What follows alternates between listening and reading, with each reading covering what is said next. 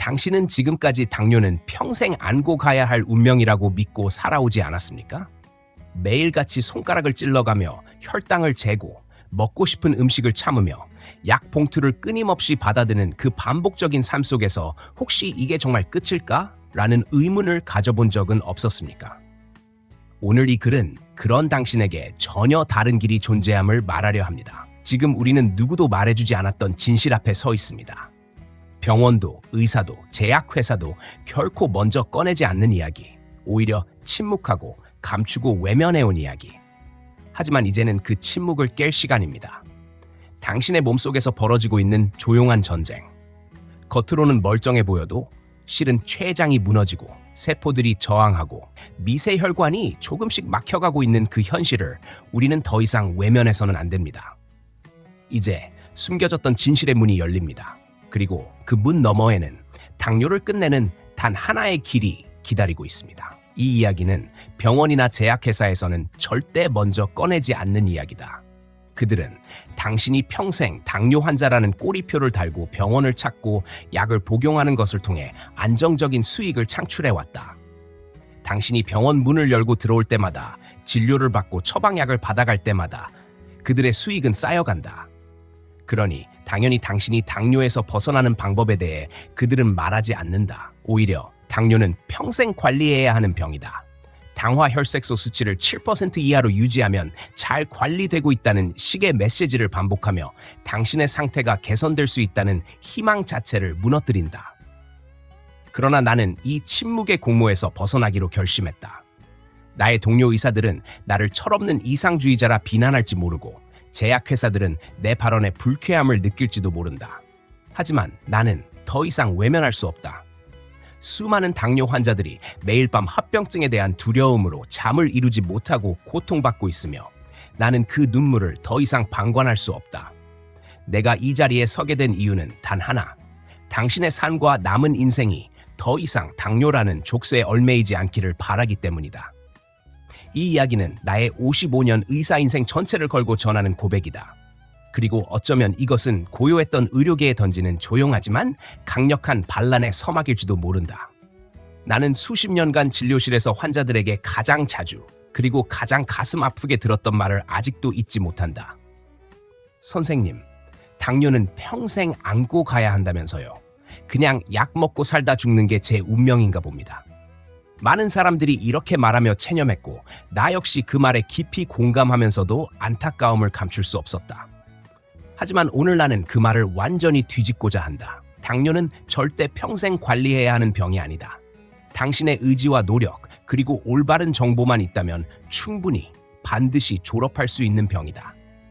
실제로 나는 수많은 환자들이 단 몇 개월 만에 약을 완전히 끊고 정상 혈당으로 돌아가는 과정을 지켜보았다.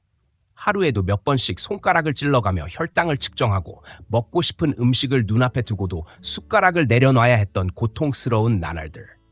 그런 삶을 살던 환자들이 불과 7달 만에 모든 약을 끊고 건강을 되찾는 모습을 보며 나는 확신했다. 당신이 70세든 80세든 상관없다. 당뇨를 10년, 20년 넘게 알았더라도 결코 늦지 않았다. 내 진료실에서 이런 기적은 더 이상 기적이 아니다. 오늘 내가 당신에게 건네는 이야기는 단순한 희망 고문이 아니라 의학적 경험과 실제 사례를 기반으로 한 분명한 현실이다. 나는 이제 당신 손에 그 길고도 외로운 여정의 지도를 직접 쥐어줄 것이다. 지금 이 순간부터 당신도 반드시 당뇨를 졸업해야만 한다.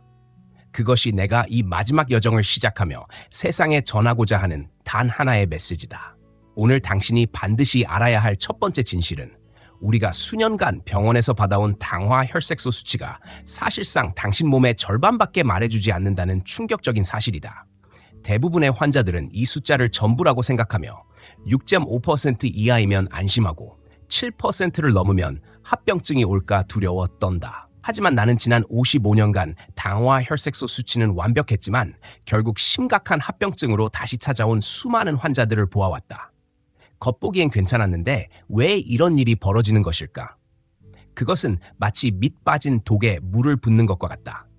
독이 깨지고 금이 가서 물이 줄줄 새고 있는데 위에서 물을 더 많이 붓는다고 해서 수위만 맞춰놓는 것이다. 당화혈색소는 단지 그 독 안의 수위일 뿐 독 자체가 얼마나 망가졌는지를 전혀 보여주지 않는다. 당신의 몸이 실제로 어떤 상태인지 알기 위해선 반드시 그 독이 얼마나 깨졌고 어디가 새고 있는지를 들여다봐야 한다. 이것이 바로 당신이 당뇨 졸업을 위해 반드시 넘어야 할 첫 번째 벽이며 이제부터 나는 그 감춰진 진실을 하나하나 밝혀줄 것이다. 당신이 그동안 믿고 의지해왔던 수치가 결코 전부가 아니라는 사실을 받아들이는 순간 당신의 몸을 진짜로 이해하고 치료할 수 있는 문이 처음으로 열린다. 이 문을 열지 않으면 어떤 노력도 허사가 된다. 당신의 몸은 숫자 뒤에 숨어있는 전쟁터이고 지금까지 우리는 그 진짜 전장을 보지 못한 채 전투를 벌여온 셈이다. 당신의 몸속 진짜 상태를 확인하고 당뇨를 뿌리째 치료하기 위해서는 당화혈색소 외에 반드시 추가로 진행해야 할 3가지 핵심 검사가 있다. 첫째는 인슐린 저항성 검사로, 이는 우리 몸의 세포들이 인슐린이라는 열쇠에 얼마나 잘 반응하는지를 확인하는 검사다. 인슐린 저항성이 높다는 것은 세포의 자물쇠가 녹슬어 있어 열쇠가 잘 맞지 않는 상태, 즉 인슐린은 충분히 있는데도 세포가 문을 열지 않아 혈당이 떨어지지 않는 상황을 의미한다. 둘째는 인슐린 분비능 검사이다. 이것은 당신의 췌장, 즉 인슐린을 생산하는 공장이 현재 얼마나 건강한지를 보여주는 검사로, 공장이 지쳐 있거나 고장나 있다면 아무리 인슐린이 필요해도 만들어낼 수 없게 된다. 셋째는 모세혈관 상태 검사다. 전신에 퍼져 있는 미세한 혈관들이 이미 막히거나 터지고 있는 징후가 있는지를 미리 예측하는 것으로 당뇨 합병증의 초기 징후를 조기에 발견할 수 있다. 나는 얼마 전 대기업 부장으로 일하는 40대 중반의 남성 환자를 만났다. 그는 매일같이 극심한 스트레스에 시달리며 불규칙한 식사와 잦은 회식에도 불구하고 당뇨약을 성실히 복용하며 당화혈색소를 6.3%로 유지하고 있었다. 그는 자신이 모범적인 환자라 믿고 있었고 추가 검사를 제안했을 때도 의아해하며 굳이 비싼 검사를 할 필요가 있느냐고 되물었다. 나는 그에게 말했다. 부장님, 일할 때도 보고서의 최종 결론 숫자만 보시지 않으시잖아요. 그 숫자가 나오기까지의 과정과 데이터가 더 중요하지 않습니까? 그는 마지못해 검사를 수락했고 일주일 뒤 결과를 확인하러 온 그의 얼굴은 창백하게 질려 있었다. 겉보기에는 정상이었지만 실제로는 그의 췌장이 정상인의 3배에 달하는 인슐린을 과다 분비하고 있었고 인슐린 저항성 수치는 최악이었으며 모세혈관 검사에서는 이미 초기 망막병증이 나타나고 있었다. 그의 몸은 조용한 전쟁터였던 것이다. 진짜 상태를 마주한 후 그는 술자리를 줄이고 자극적인 음식을 끊었으며 점심시간마다 30분씩 걷기 시작했다. 나는 그의 인슐린 저항성을 개선하기 위해 간 기능과 지방간 회복에 집중했고 간이 회복되자 혈당 조절은 마법처럼 쉬워졌다. 6달 뒤 그는 당뇨약을 절반으로 줄일 수 있었다. 이것이 바로 숫자가 아닌 몸을 치료하는 길, 진짜 회복의 시작이다. 지금 이 순간에도 당신의 당화혈색 수치가 괜찮다고 안심하고 있다면 그것은 안개 속 항해와도 같다. 이제는 진짜 나의 몸을 들여다볼 때다. 당신이 만약 특별히 살이 찌지 않았고 오히려 마른 체형인데도 혈당이 높다면, 그리고 병원에서는 그 이유를 설명해주지 못했다면 지금부터 들려줄 이 이야기가 바로 당신을 위한 것이다. 대부분의 사람들은 당뇨라고 하면 배가 나온 비만한 중년 남성을 떠올린다. 기름진 음식을 많이 먹고 운동은 하지 않는 삶의 결과라고 생각한다. 실제로 서양의 당뇨 환자들 중 다수는 이러한 전형적인 생활습관병 형태를 보인다. 그러나 한국을 비롯한 동아시아 사람들의 당뇨는 완전히 다르다. 우리나라 당뇨 환자의 절반 이상은 전혀 비만하지 않거나 오히려 저체중이다. 그런데도 병원에서는 여전히 서양 기준을 따라 체중을 줄이면 혈당이 좋아질 것이라는 위험한 조언을 반복한다. 이 조언을 따른 수많은 환자들이 체중은 줄었지만 오히려 기력이 떨어지고 혈당은 더 불안정해졌다. 그들은 눈물을 흘리며 내게 호소한다. 원장님, 저는 남들이 부러워하는 마른 체질인데 왜 혈당이 이 모양인지 모르겠습니다. 밥 한 숟갈만 더 먹어도 혈당이 오르니 먹는 게 두렵고 그렇다고 굶자니 몸이 버티질 못하겠어요. 그들의 두려움은 현실이다. 마른 당뇨 환자에게 체중 감량은 불난 집에 기름을 붓는 것이며 극단적인 저탄수화물 식단은 췌장을 더 망가뜨리고 근육을 소모시켜 회복 불가능한 상태로 몰아간다. 우리가 반드시 알아야 할 더 큰 비극은 한국인은 서양인보다 췌장이 평균적으로 12% 작고 인슐린을 분비하는 능력은 무려 36.5%나 낮다는 연구 결과다. 우리는 태어날 때부터 경차 엔진을 달고 출발한 셈이다. 그런데 서양인처럼 대형 트럭을 몰듯이 먹고 살다 보니 작은 엔진은 과부하로 고장나기 쉽고 그 결과 훨씬 이른 나이에 훨씬 마른 체격으로도 당뇨에 걸리기 쉬운 구조를 가지고 있다. 그러니 한국형 당뇨는 서양과 같은 방식으로는 절대 해결할 수 없다. 당뇨를 앓고 있는 당신이 마른 체형이라면 지금까지의 치료법이 오히려 독이 되었을 수 있다는 사실을 반드시 직시해야 한다. 당신에게 필요한 것은 살을 빼는 것이 아니라 고장난 작은 엔진을 회복시키는 것이다. 이 인식의 전환이야말로 회복의 출발점이다. 나는 지금도 잊지 못한다. 60대의 한 여성 환자분이 내 진료실을 찾았던 그날을. 그녀는 평생을 교직에서 아이들을 가르치며 정직하고 성실하게 살아온 분이었다. 키는 160cm며 몸무게는 45kg에 불과한 아주 마른 체형이었고 겉으로 보기엔 전혀 당뇨와는 어울리지 않아 보였다. 그러나 그녀의 당화 혈색소는 10%를 넘고 있었고 그녀는 깊은 절망과 우울 속에 빠져 있었다. 젊은 시절부터 늘 소화가 잘 되지 않았고 손발이 차가웠던 체질을 원망하며 이제는 음식을 적으로 여기고 있었다. 밥을 먹으면 혈당이 오르고 먹지 않으면 기운이 없어 쓰러질 것 같다고 하소연했다. 나는 그녀에게 살을 빼는 것이 아니라 오히려 체중을 늘리고 췌장의 기능을 회복하는 데 초점을 맞춘 치료를 시작했다. 약해진 췌장을 되살리고 기력을 보충할 수 있도록 한약재를 처방했고 양질의 단백질과 건강한 지방을 섭취해 근육량을 늘리는 식단을 구성했다. 그녀가 음식을 두려워하지 않고 다시 즐길 수 있도록 매번 진료 때마다 긴 상담을 통해 그녀의 마음까지 어루만졌다. 치료는 점차 효과를 보이기 시작했고 그녀는 석 달 만에 체중이 5kg 늘어 보기 좋게 살이 오르고 혈당 수치도 거짓말처럼 안정되며 정상으로 돌아왔다. 그리고 마지막 진료를 마치고 나가시던 날 그녀는 수줍게 웃으며 내게 이렇게 말했다. 원장님, 저 지난 주말에 30년 만에 처음으로 빵집에 가서 맘껏 빵을 먹었어요. 혈당도 괜찮았어요. 이제야 다시 살맛이 납니다.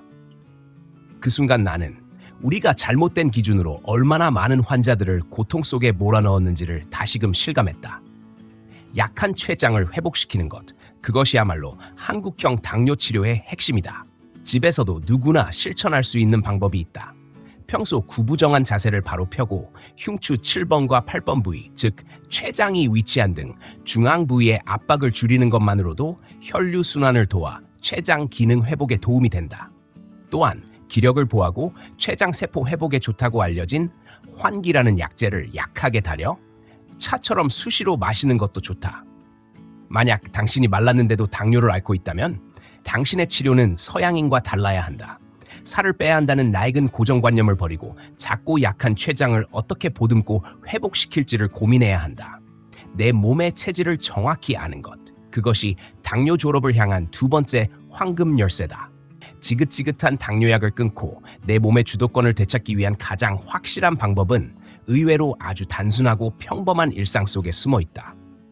그것은 바로 내가 지난 55년간 수천 명의 환자들과 함께 실천해온 세 가지 원칙, 즉 3대 생활 원칙을 따르는 것이다. 이 원칙들은 약이나 특별한 기계 없이도 몸이 스스로 혈당을 조절하는 능력을 회복하게 만드는 강력한 힘을 가지고 있다. 첫 번째 원칙은 저녁 식사를 마친 후 잠자리에 들기 전까지 최소 4시간 동안 물 외에는 아무것도 먹지 않는 것이다. 과일 한 조각, 우유 한 잔, 견과류 한 줌조차도 허용되지 않는다. 이 저녁 공복 시간은 하루 종일 고생한 당신의 췌장이 유일하게 쉴 수 있는 귀중한 시간이다. 두 번째 원칙은 당신이 즐겁게 할 수 있는 운동을 하나 정하고 꾸준히 실천하는 것이다. 특히 우리 몸 근육의 70%가 집중된 하체를 단련하는 운동이 핵심이다. 근육은 혈당을 저장하는 거대한 창고와 같아서 운동을 통해 이 창고의 크기를 키우면 식사 후 혈당이 급격히 오르는 것을 막아준다. 무릎이 좋지 않더라도 벽에 등을 기대고 앉았다 일어나는 벽 스쿼트나 의자를 활용한 의자 스쿼트 같은 안전하고 쉬운 동작부터 시작하면 된다. 세 번째 원칙은 매일 밤 최소 7시간 이상 수면을 취하고 가능한 한 같은 시간에 자고 일어나는 규칙적인 수면 패턴을 유지하는 것이다. 잠이 부족하면 우리 몸은 스트레스 호르몬인 코르티솔을 과도하게 분비하고 이 코르티솔이 간에서 포도당을 방출하게 만들어 다음날 아침 공복 혈당이 폭등하게 된다. 많은 사람들이 당뇨에 좋다는 특별한 보조제나 음식을 찾지만 진정한 해답은 언제 먹고 어떻게 움직이며 얼마나 쉬느냐에 달려있다. 이 세 가지 원칙은 당신의 몸을 외부 자극 없이도 스스로 균형을 잡을 수 있도록 돕는 가장 강력한 기반이며 단순하지만 절대 무시할 수 없는 변화의 열쇠다. 이제부터 당신의 일상 속에 이 원칙들을 녹여 넣어보라. 그것이 약에서 벗어나 진짜 회복으로 나아가는 첫걸음이 될 것이다. 이 세 가지 생활 원칙을 실천하며 몸의 변화를 정확히 파악하기 위해 내가 모든 환자들에게 반드시 권하는 도구가 하나 있다. 그것은 바로 집집마다 하나쯤은 있는 평범한 탁상 달력이다. 나는 환자들에게 매일 아침 눈을 뜨자마자 공복 혈당을 측정하고 그 수치를 달력에 직접 적도록 한다. 그리고 그날 혈당이 유난히 높거나 낮았던 날은 그 이유가 무엇일지 전날의 생활을 되짚어보며 달력 옆에 짧은 메모를 남기게 한다. 예를 들어 저녁 6시 식사 후 4시간 공복, 8시 반에 30분 산책, 10시 취침, 공복 혈당 115. 또는 삼겹살에 소주, 11시 취침, 공복 혈당 185처럼 구체적으로 적는 것이다. 이것이 바로 내가 제안하는 공복 혈당 달력이다. 이 습관을 통해 당신은 단순히 혈당을 기록하는 것을 넘어 당신의 몸이 어떤 자극에 어떻게 반응하는지를 데이터로 축적하게 된다. 시간이 지나면 이 달력은 세상 그 어떤 명의보다 당신 몸을 더 잘 이해하고 치료할 수 있는 최고의 주치의가 된다. 단순한 숫자가 아니라 그 숫자 뒤에 숨은 원인을 파악하고 스스로 생활을 조율해가는 힘을 기를 수 있기 때문이다. 특히 혈당이 높았던 날을 되짚어보며 어제 뭘 먹었지? 몇 시에 잤지? 운동은 했었나? 와 같은 질문을 던지는 습관은 결국 당신을 병원에 의존하지 않고 스스로를 조절할 수 있는 독립적인 존재로 성장시킨다. 내 수많은 환자들이 이 달력 한 장으로 삶을 바꾸었다. 비싼 검사나 약 없이도 오직 자신이 만든 생활 데이터와 그것을 해석하는 눈으로 당뇨를 졸업했다. 당신도 마찬가지다. 지금 이 순간부터 달력을 펼쳐라. 그리고 매일 당신 몸의 신호를 기록하라. 그 단순한 습관이 당신의 삶을 완전히 바꿀 수 있다. 이것이 당신이 꼭 알아야 할 8번째 진실이며 당뇨에서 벗어나기 위한 실질적이고 현실적인 도구다. 혈당이 식사 후 갑자기 치솟는 이른바 혈당 스파이크를 막는 가장 쉽고 강력한 방법은 바로 식사의 순서를 바꾸는 것이다. 많은 사람들이 당뇨를 관리하기 위해 무조건 탄수화물을 줄이거나 굶는 방법만 떠올리지만 실제로는 무엇을 먼저 먹느냐가 혈당에 미치는 영향이 훨씬 더 크다. 식사할 때 밥이나 면 같은 탄수화물부터 먹는 대신 가장 먼저 나물이나 샐러드 같은 채소류를 충분히 먹는 것으로 시작해야 한다. 채소의 풍부한 식이섬유는 위장 안에서 일종의 보호막을 형성해 이후 들어오는 당질의 흡수를 천천히 만들어준다. 그 다음은 두부, 생선, 달걀, 고기와 같은 단백질 반찬을 섭취한다. 단백질은 혈당의 급격한 상승을 억제하는 동시에 포만감을 오래 유지해 과식을 방지하는 데 도움이 된다. 마지막으로 밥을 평소의 절반 정도만 천천히 꼭꼭 씹으며 먹는 것이 핵심이다. 이 단순한 순서 하나만으로도 혈당은 놀랍도록 안정되며 약에 의존하지 않고도 식후 혈당 관리를 훨씬 수월하게 할 수 있다. 여기에 하체 운동을 병행하면 효과는 배가 된다. 그러나 운동은 고통스럽고 어려운 것이 아니다. 무릎이 좋지 않다면 벽에 등을 기대고 앉았다 일어나는 벽 스쿼트나 의자를 놓고 앉았다 일어나는 의자 스쿼트만으로도 충분히 하체 근육을 단련할 수 있다. 중요한 것은 꾸준함이며 혈당에 좋은 특별한 음식을 찾아 헤매기보다 내 몸에 해로운 음식을 멀리하는 것이 훨씬 더 중요하다는 사실을 잊지 말아야 한다.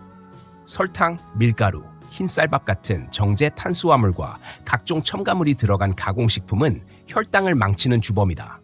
라면 한 그릇, 과자 한 봉지를 먹지 않는 것이 당뇨에 좋다는 비싼 건강식품이나 영양제를 먹는 것보다 1000배는 더 낫다. 이처럼 식사 순서를 바꾸고 하체 근육을 길러 저장 창고를 넓히고 해로운 음식을 피하는 것만으로도 당신의 혈당은 눈에 띄게 안정되기 시작할 것이다. 단순하고 명확하지만 그 효과는 수많은 약보다도 훨씬 강력하다.